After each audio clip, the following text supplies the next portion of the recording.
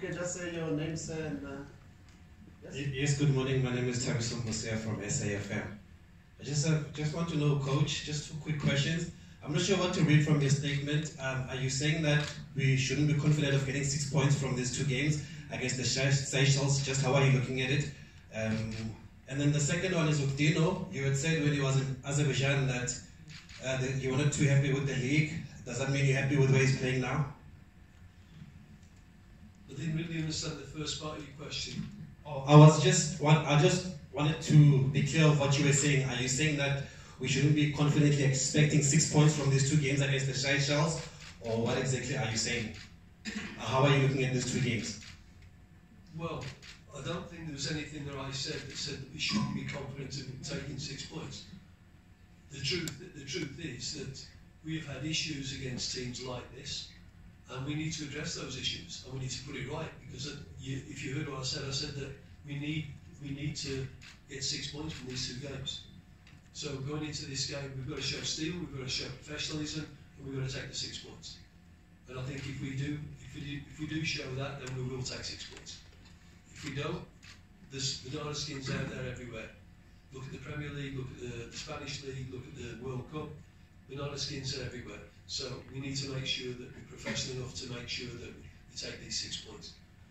In terms of Dino Inglovo, listen, we've got Bradley out, and we're looking for a striker. And you look at the strikers that are hitting the back of the net regularly, and Dino's doing that. He's doing it now. I think against a team like the Seychelles, we will need a bit of muscle. We've got Levo, we have Dino. We will need a little bit of guile. We've got Percy, and we will need pace, and we've got Pacamoni. So I think that's a decent balance in our front players, and I think that Dino Inglovo, if he plays, he will believe he's going to score. I'm not sure how many strikers we have available to us that believe they're going to score. It's always an issue, and you always grill me on it after every game when we don't score. Why don't we produce goal scorers? Well, there's one that's scoring goals, and whether it's in the 1st or 10th division, he's scoring goals regularly. And I've seen some of the goals he's scored, and they are good goals, even against the opposition. So I think he's well worth bringing into the squad to maybe be a little bit infectious with his belief in his own ability, and I think that's another one of the reasons why we brought him in. Do you have any more questions? Yes, sir. There's a microphone. Mazola Malefe from Independent Media. Stuart, just on a follow-up on Dino, just how do you also work on his confidence playing for the national team, knowing that he's missed out quite a lot, obviously, and just on Thapelo Morena. Obviously, there's always often been calls for you to have a look at him in the national team. Yeah. What do you expect from him, and why for these 2 matches? With regards to Dino, I have contact with lots of our players that don't play. Bill Shankly used to say you don't need to put your arm around the ones that play, you need to put your arm around the ones that don't play. So I have contact with the lads that don't play to explain some decisions, and sometimes I expect them to be just professional enough to understand the situation. But Dino has been close. He came in, he's been out, he had his move, and I think it's the right time now, especially with Bradley being out. It's the right time, and he's scoring goals. So to bring a striker in when he's not scoring goals is a little bit strange. So I think he can expect that if he's scoring those goals to be looked at. And I think he's worth his place. With regards to Thapelo, I think my concern sometimes has been that Sundowns are a dominant force, and therefore they play most of their games on the front foot. And some of the games that I've considered Thapelo for, I guess that we wouldn't have been on the front foot as much as we were expected to be in this game. And therefore, he gives me the option of playing on the front foot and having him working more in the opponent's half of the field than, for example, being pinned back by a Sadio Mane and having him to defend around our box, where I think this game will suit him, and therefore that's the reason I've included him in the squad. He gives me that option. Where's the microphone? You need one? Okay, good. Good, that's it. Next is Lisa. Okay. Thanks, Coach Villa from SABC. My observation, especially with some of these qualifiers, has been that sometimes maybe we don't really know the opposition, and I know it's something that you also like to talk about. Video analysis might not be enough, especially here on the continent.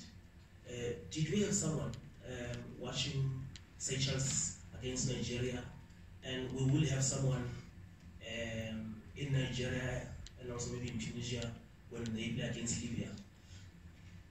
Simple answer to the second part is we haven't decided yet if we're going to send anybody up to Nigeria. It's difficult to know where Libya play their games. They're very much based in Tunisia. I have lots of people in Tunisia that would watch games for me. We've got decent intelligence on this game. We didn't have a person actually on site watching it, but we've got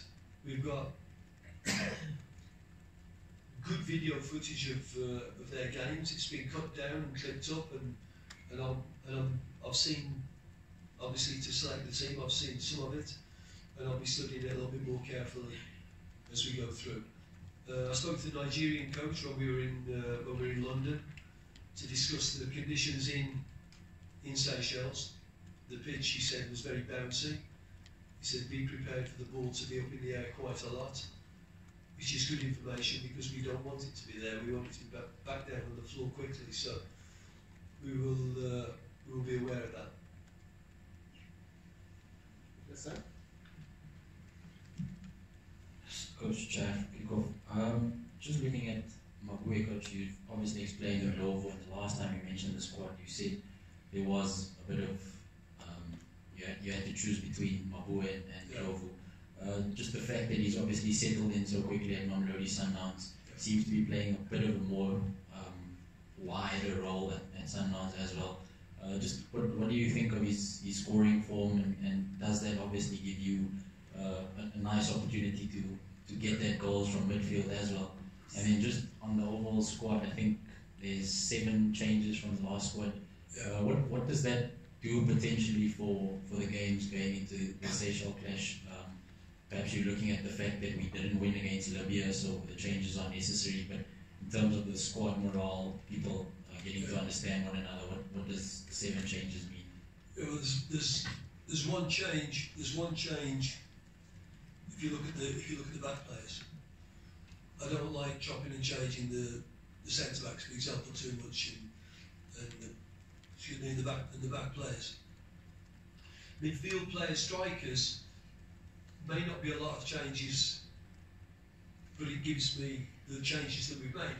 Gives me options. If we want to play 3 centre backs and wing backs, we have wing backs there. If I want to play with a 4-man midfield with 2 up, I've got that option. So it's given me options. Players are professional. They know that in certain times they're playing well, and at certain times they're not playing well. They may have just broken into the squad, and therefore they can't have the demand that I should be in every squad. You know, it's an opponent. It's your competition. So, for example, the competition with Levo, he's been doing well. Spain has not been playing, and also Temba is injured. So therefore, the Levo type of player suits this squad better than Spain Lobo, who I don't know where he is really in terms of his match fitness. Do you have any more questions? Sorry, I didn't check. I hope that doesn't affect team morale. I hope that doesn't affect the desire of the squad to get on and do the job. What I'm expecting is that the players that have been given a little bit of a chance here, or have been recalled like Vincent Poulet, I hope that they will continue to work to try to establish themselves. Are there any more questions? We'll take the last 3. Let's start at the back there. The guys in this thing for a while. The last 3. Coach Komuzo from the Daily Sun here. Yeah, I know you might not don't want to talk a lot about players who are not in the team, but I'd just like to take you back. Can you tell us about the impact of the players who are not here, the key players who Zoom? Just take us back again. Keegan, what impact will they have in this team? And for consistency as well in your selection, because you've seen team players coming in, the next camp they are dropped, and consistency is missing there. Yeah, well, I think if you look there, you name Keegan, you name Mulvaney, you name Bradley, you name Tembiswani. Those are four players that are major assets to us. So there's nothing I can do about that. I've got to replace them. What we hope is that we're replacing them with players that have been in the system, so they have got some caps in the bank. And if you're introducing a new player, then you hope it's going to keep the same balance and it'll be an informed player. So I don't really think that you can do anything about the injuries. You can do certain things and prefer him to him at this moment in time. But with the national team, you know, if you speak to the Brazilians about their national team, no one owns the shirt. They loan the shirt, and to get that shirt, every squad, every camp, you should be grateful. You know, an attitude of gratitude is great if you're talking about a national team. So whoever gets the shirt, I hope that you don't have to do too much work to motivate him and to make sure he gives everything he's got for the squad, for the country, for everybody around. Yes, sir? Coach D. Workman from 442 South Africa. Just a word on Thabo Magada's inclusion and maybe what he'll bring to the squad. Yeah. No, I mean, I've seen Thabo play quite a lot in the games that I've watched so far, and I've felt in the past that he was a little bit erratic in his play. But he seems like the last few games I've seen him, he's calmed that down. He's a lot more structured. I mean, maybe Benny's been working on that, I don't know. But he looks like he understands the structure a lot better. And his energy is infectious. His desire and his competitive nature is infectious. Now, the same sort of drive as Spain Lobo. And when he's not in the squad, then this is a very, very good alternative. And so, to try to keep that option of having that running midfield player that's going to tire and exhaust the opponents and just keep coming, then I think that makes him a good, and he's earned it. And he had a very good cup final, and I think he's earned it. Last question over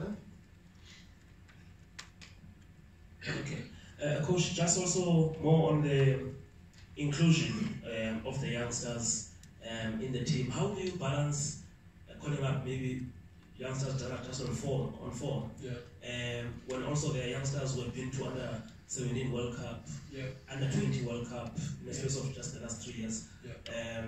Out in the cold and with an under 23 team that is not active, that doesn't even exist, that doesn't even have a coach currently.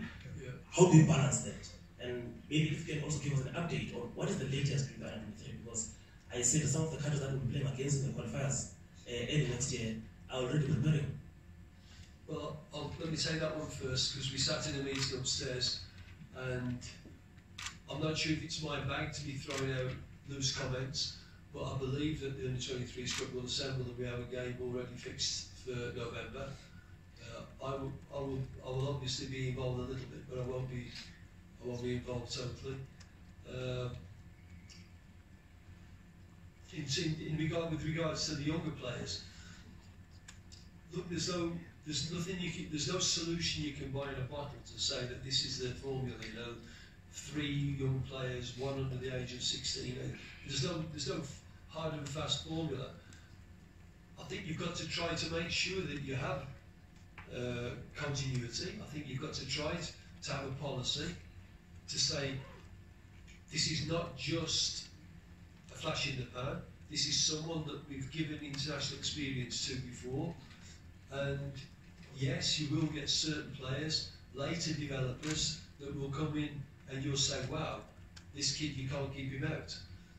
Now, I think we have some, and I use this word very, very carefully, talented. We have a batch of talented young players, and I wanted to blood a few in the Zambia tournament. I wanted to blood a few in the COSAFA tournament, and I wanted to take some of those and continue with them now, which is what we're doing. And I'm hoping that we get the balance right. There is no hard and fast rule to it, but we have got to take a little bit of a risk, because the other one of doing what we've done the last 10, 15 years and sort of going with our best team, most experienced team to every game, we've not moved forward. It may be get a good result more or less, but we're not moving forward, we're not building. I hope that the experience that these young kids are going to get will be the difference between us having a proper team that we can be proud of in 2 or 3 years' time, or we continue the way we've been. And I think that's maybe easier for me, that's maybe a safer route for me, because you know, some of the kids going in, I may give them time to screw up, but I don't think you guys do. So it may be a riskier route for me, but I think it's the right route to go. And without talking personalities and my name or his name, I think we need to have that in our minds, that if we're going to build something, then we have to build it carefully, and we have to take a few risks. And I'm prepared to take the risks with the players that are there, because I think they're the right sort of characters, and I think they're the right sort of players for South Africa in the future. Well, with that, we've come to the end of our proceedings. Thank you very much to the top table, directly from Stadium Management, Greg from SAP.